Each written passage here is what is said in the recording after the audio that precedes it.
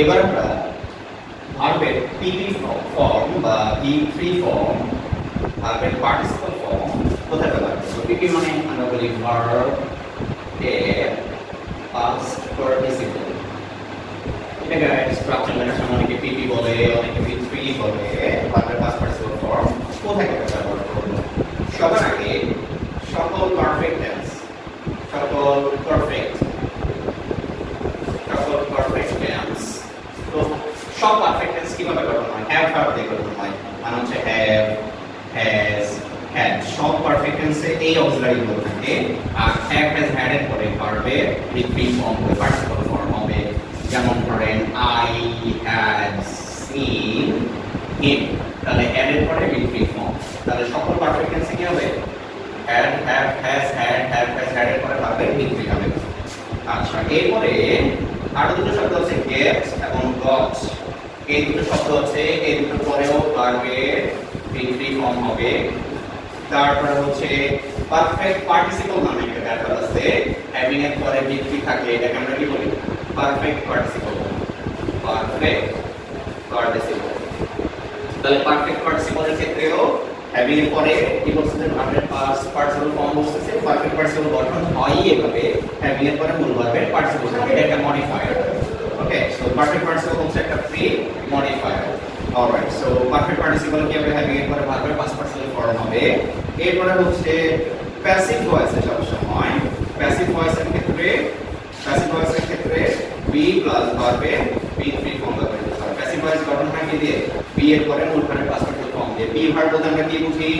am, is, are, was, were, been অথবা been। এই passive verb মানে এই ভার্বগুলোর হেল্প লাগে, তাই না? এই বি ভার্বগুলো লাগে। আর এই বি ভার্বগুলো যখন ব্যবহার করা হয় প্যাসিভ ভয়েসে, এগুলোর পরে প্যাসিভ ভয়েস করতে হলে মূল ভার্বের V3 করতে হয়। ফর এক্সাম্পল আমরা যদি বলি water pollute in many ways। আমরা এরপরে আরেকটা ভিডিওতে কখন বুঝবো এটা প্যাসিভ হবে না অ্যাক্টিভ হবে, এটার একটা নিটা টেকনিক, খুব দারুণ একটা চমৎকার কৌশল শিখিয়ে দেব। আমরা ভার্ব দেখলে বুঝে যাব যে এটাকে অ্যাক্টিভ ভয়েসে লিখতে হবে নাকি প্যাসিভ ভয়েসে লিখতে হবে, এটা একটা চমৎকার টেকনিক শিখিয়ে দেব। তো এখানে আপাতত আমরা বুঝি যে প্যাসিভ ভয়েসে মূল ভার্বটা কি করতে হবে? পাস্ট পার্টিসিপল করতে হবে। তবে তার আগে কি থাকে? অবশ্যই একটা বি ভার্ব থাকে, এখান থেকে একটা বি ভার্ব থাকে। তাহলে প্যাসিভ ভয়েসে বি এর পরে মূল ভার্বের পাস্ট পার্টিসিপল ফর্ম হয়। আর কোথায় কোথায় হয়? হ্যাভ, হ্যাড এর পরে পার্টিসিপল হয়, গেট, গট এর পরে পার্টিসিপল হয়, পারফেক্ট পার্টিসিপলে হ্যাভিং এর পরে মূল ভার্বের পাস্ট পার্টিসিপল ফর্ম হয়। প্যাসিভ ভয়েস মানে হচ্ছে বি এর পরে মূল ভার্বের পাস্ট পার্টিসিপল ফর্ম।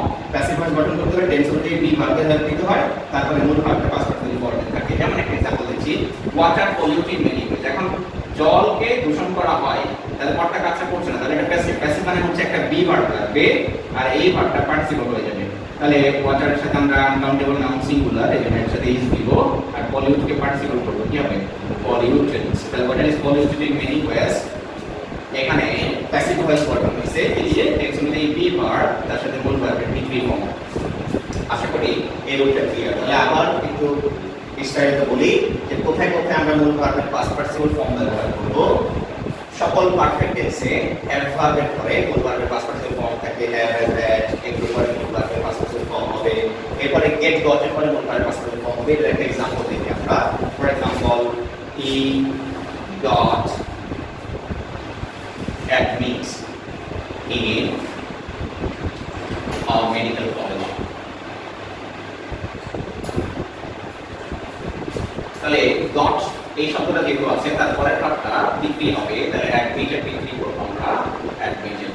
সো আমরা আবার বলছি have, has, had, get, got, having এবং টু বি এর পরে প্যাসিভ ভয়েসে বি ভার্বের পরে মূল ভার্বের কি হবে? পাস্ট পার্টিসিপল ফর্ম হবে। প্যাসিভ ভয়েস গঠন কিভাবে করা হয়? Be plus V3। টেন্স অনুযায়ী বি ভার্ব বসবে, মূল ভার্বের V3 ফর্ম হবে। তাহলে প্যাসিভ ভয়েস হবে বি তারপরে মূল ভার্বের পাস্ট পার্টিসিপল ফর্ম দিয়ে। আমরা আবার বলছি হ্যাভ, হ্যাজ, হ্যাড এর পরে ভার্বের পার্টিসিপল ফর্ম, গেট, গট এর পরে মূল ভার্বের পার্টিসিপল ফর্ম, প্যাসিভ ভয়েসে টু বি এর পরে মূল ভার্বের পার্টিসিপল ফর্ম এবং হ্যাভিং পারফেক্ট পার্টিসিপল, হ্যাভিং এর পরে মূল ভার্বের V3 ফর্ম। যেমন এটার একটা एग्जांपल যদি আমরা দেখি, having seen the place he ran away। তাহলে এই যে having seen, having এর পরে কি আছে? V3 ফর্ম আছে। আশা করি তারপরে